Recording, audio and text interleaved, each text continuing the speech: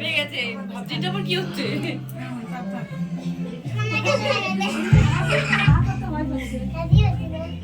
খাবে না।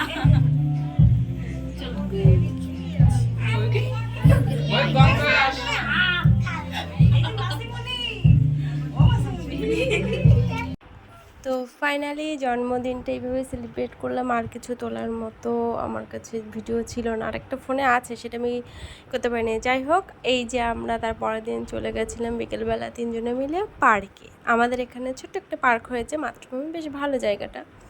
তো আমার মেয়ে প্রথম এটাতে উঠতে চাচ্ছিল না, তো ওর বাবা বলে একটু ধরো, তুমি এক পাশে দাঁড়াও আমি এক পাশে দাঁড়াই, তা দেখি মেয়ে থাকে নাকি। তো দেখলাম মেয়ে খুব এনজয় করছে, দেখেও ভাল লাগে। আমার মামামের ফার্স্ট পার্ক এটা, মানে আমার তো তেমন বেরোনো হয় না, তোমাদের দাদাভাই থাকে না বাড়িতে, যার কারণে আমি বেরোতেও পারি না বেশি একটা।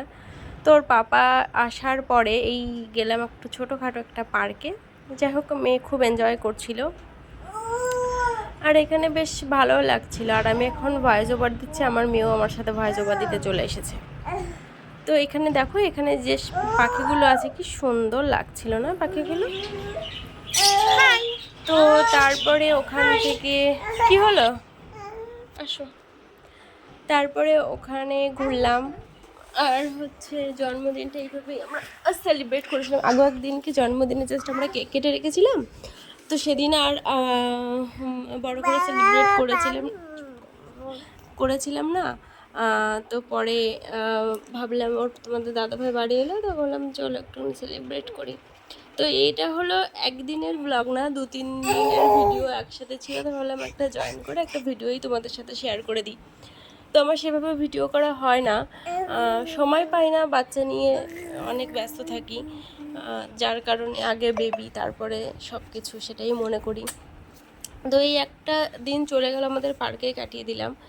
তো আর একদিন চলে গেছিলাম আমরা রেস্টুরেন্টে। তো মাম্মাম এই রেস্টুরেন্টটা খুব পছন্দ করে, ওর যখন 5-6 মাস বয়স তখন থেকে আমরা এখানেই আসি। তো দেখি ও খুব এই রেস্টুরেন্টে এলে খুব এনজয় করে এখানে।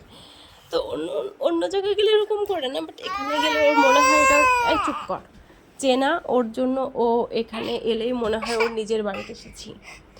তো তারপর ও ওকে নিয়ে বেরিয়ে পড়েছিল, তখন আমাদের অনেক রাতও হয়ে গেছিলো। মাম্মাম কোনো জায়গায় গেলে এরকম দুষ্টুমি করে, আর আমি ভয়েস ওভার দিচ্ছি, ওরও কথা বলতে হবে, যার কারণে ও প্রচুর পরিমাণে আমার কাছে ডিস্টার্ব করছে। তো ওর পাপার কোলে বসে ও খাচ্ছিল। আর কি বলবো, তো তোমাদের সাথে একটা কথা বলি, তো তোমাদের দাদা ভাইয়েরও যাওয়ার প্রায় টাইম হয়ে আসলো। তো বললো চলো, যখনই টাইম পাই তখনই আমরা বিকেলবেলা বাইক নিয়ে ঘুরতে চলে যাই।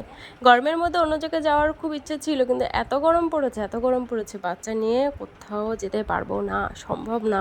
দাদাভাই বলছিল চলো যাই, এখানে যাই, আমরা দীঘা যাই, এদিক ওদিক যাই। বললাম